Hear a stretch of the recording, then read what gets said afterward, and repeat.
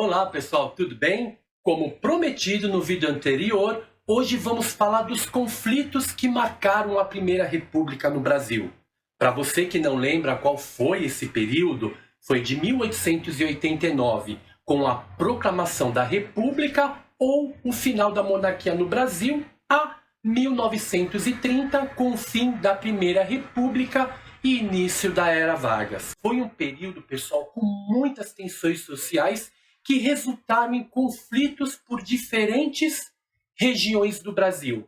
E hoje vamos falar sobre a Guerra de Canudos, que ocorreu entre 1896 e 1897, que foi um confronto armado entre os moradores da cidade de Canudos, que era um povo muito religioso e pobre, e o exército brasileiro, no qual mais de 25 mil pessoas foram mortas. A cidade, pessoal, era um vilarejo localizado no interior da Bahia, liderado por Antônio Conselheiro, um líder muito religioso, e ali moravam seus seguidores. Mas o que foi a Guerra de Canudos? E quais foram as principais causas que deram início a ela? Vocês sabem? É o que você vai ver no vídeo de hoje. Quem foi Antônio Conselheiro? Como Canudos foi fundada, a situação social, qual foi o estupim para o início da guerra e como foi que terminou a Guerra de Canudos. Preparados? Apertem os cintos e voltemos agora ao ano de 1896. A Guerra de Canudos, pessoal, é tida como uma das mais trágicas e terríveis histórias do nosso Brasil. Foi um dos principais conflitos que marcaram o período entre a queda da monarquia e a instalação do regime republicano no Brasil. No entanto, antes de sabermos maiores detalhes sobre a formação do povoado de Canudos e o início das batalhas, vamos aqui relatar algumas passagens da vida do seu principal líder, que foi Antônio Conselheiro. Seu nome verdadeiro era Antônio Vicente Mendes Maciel. Ele nasceu no interior do Ceará em 1830, era de uma tradicional família que vivia nos sertões. Na sua vida, pessoal, deu tudo errado. Foi caixeiro viajante, andou por várias cidades do Nordeste. Com 27 anos, ele perdeu seu pai e, sem aptidão, assumiu o armazém da família por pouco tempo, tendo que sustentar suas 4 irmãs. Daí ele começou a dar aulas numa fazenda da região e também trabalhava em um cartório onde exercia diversas funções. Foi abandonado pela mulher, bem mais jovem que ele, e com isso entregou-se à vida errante, fazendo o quê? Pregações e dando conselhos. Daí do seu apelido, Antônio Conselheiro. Eu vou dar um break aqui para dizer para vocês, se vocês ouvirem algum barulho lá fora, porque eu moro no centro da cidade, então é inevitável, tá bom? Antônio Conselheiro se tornou uma espécie de cangaceiro místico. Percorreu várias cidades do sertão do Nordeste, onde fez fama de milagreiro. Demonstrava grande entendimento religioso e conquistou uma multidão de fanáticos que afirmavam que ele era o quê? Um profeta enviado por Deus. Só para vocês terem uma ideia, em 1870 ele já tinha mais de 8 mil seguidores. Em 1874, Antônio Conselheiro e seus seguidores se instalaram no sertão da Bahia, onde fundaram a primeira cidade santa. Qual foi? O Arraial do Bom Jesus, que era uma fazenda abandonada, e eles acabaram se apropriando dela, que futuramente viria a se chamar Canudos.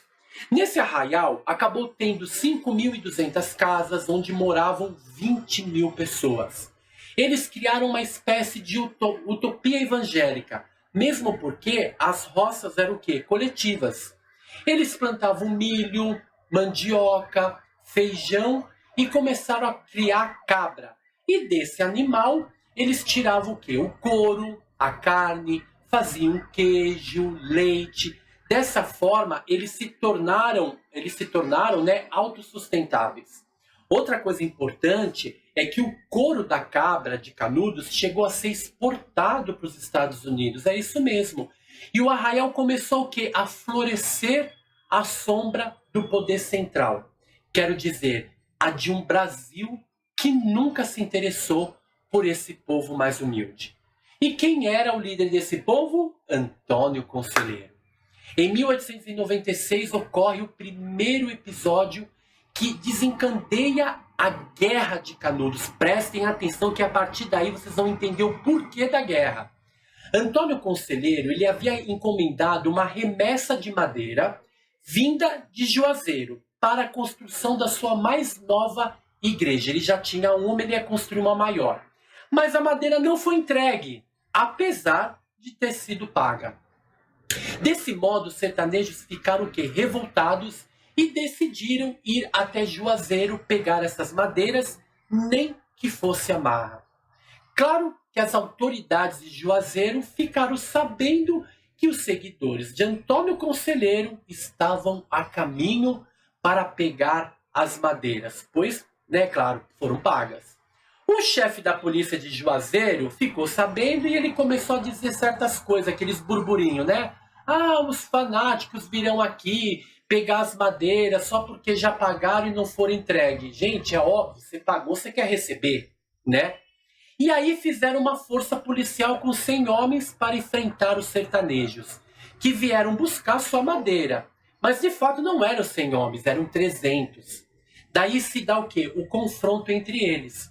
Morreram 150 sertanejos e morreram apenas 10 soldados e 16 ficaram feridos. Mas esse episódio, pessoal, foi considerado uma afronta ao Exército Nacional. Como que pode, Fora que um pouco antes, o conselheiro já tinha o quê? Rasgado vários panfletos do surgido regime republicano.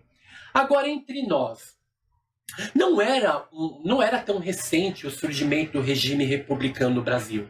Estamos falando de 1889 e estávamos em 1896. Isso quer dizer que já fazia 7 anos. É que a notícia da nova república demorou o quê? Muito tempo até chegar ao sertão. Antônio Conselheiro, pessoal, era um monarquista. E a monarquia já havia acabado há 7 anos atrás. E com a nova república, houve o quê? A separação entre igreja e Estado. Vocês estão conseguindo entender? Depois desse primeiro ataque, o que aconteceu? O exército resolveu reagir, atacando Canudos. E o major Febrônio de Brito, um militar brasileiro, foi quem coordenou a segunda expedição para o Arraial de Canudos. Mas foram surpreendidos pelos sertanejos que ficaram sabendo que eles seriam atacados pelos militares. Ou seja, eles armaram uma emboscada e colocaram os soldados aqui, para correr, deixando para trás armas melhores que a que os sertanejos tinham, entendeu? Além de ter colocado eles para correr, eles ainda pegaram a arma do exército, entendeu?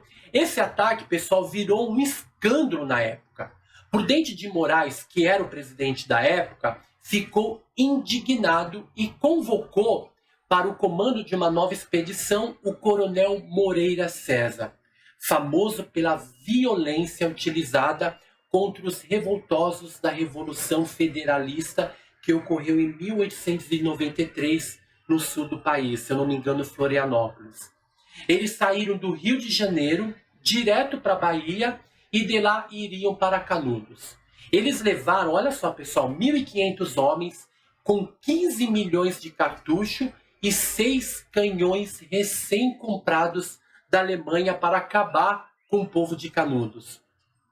A notícia da chegada das tropas militares à região atraiu para lá grande número de pessoas que partiram de várias áreas do Nordeste e iam em defesa de Antônio Conselheiro, Moreira César, então, o que acontece? Ele decide atacar Canudos. E ele diz o seguinte, antes de atacar: vamos atacar com baionetas. Nem precisa gastar bala com esses caras. E assim foi atacar. Só que eles não esperavam que os sertanejos, eu dou risada, eles estavam de tocaia, escondidos, e pela terceira vez foram massacrados pelos sertanejos. E Moreira César foi atingido com um tiro na barriga, onde ficou agonizando por 12 horas e acabou morrendo. Com isso, a expedição foi obrigada ao quê? A retroceder mais uma vez. A notícia ela chegou no Rio de Janeiro. Né? No caso, no Rio de Janeiro, a repercussão da derrota foi tão enorme, principalmente porque se atribuía a Conselheiro a intenção de restaurar a monarquia. E em abril de 1897, o ministro da Guerra, Marechal Carlos Machado de Bittencourt, preparou uma expedição sob o comando do general Arthur Oscar de Andrade Guimarães, composta de 2 colunas, comandadas pelos generais João da Silva Barbosa e Cláudio do Amaral Savage, ambas com mais de 4.000 soldados equipados com as mais modernas armas da época. Olha só, gente, era uma guerra. Em junho de 1897, vai ver na cronologia, em junho de 1897, durante os primeiros meses, as tropas conseguem pouco resultado. Os sertanejos estão o quê? Bem armados com as armas abandonadas pela expedição anterior.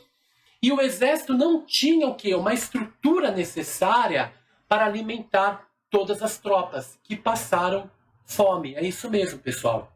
Daí, em agosto do mesmo ano, o próprio ministro da Guerra, Marechal Carlos Machado, seguiu para o sertão baiano e se instalou em Monte Santo, com o intuito de colocar um fim ao caos que estava estabelecido, né, pelas tropas. Monte Santo, pessoal, acabou se tornando então a base das operações militares. Mulheres e crianças, seguidoras de Antônio Conselheiro, foram presas durante os últimos dias de guerra. Olha, preste atenção porque é triste.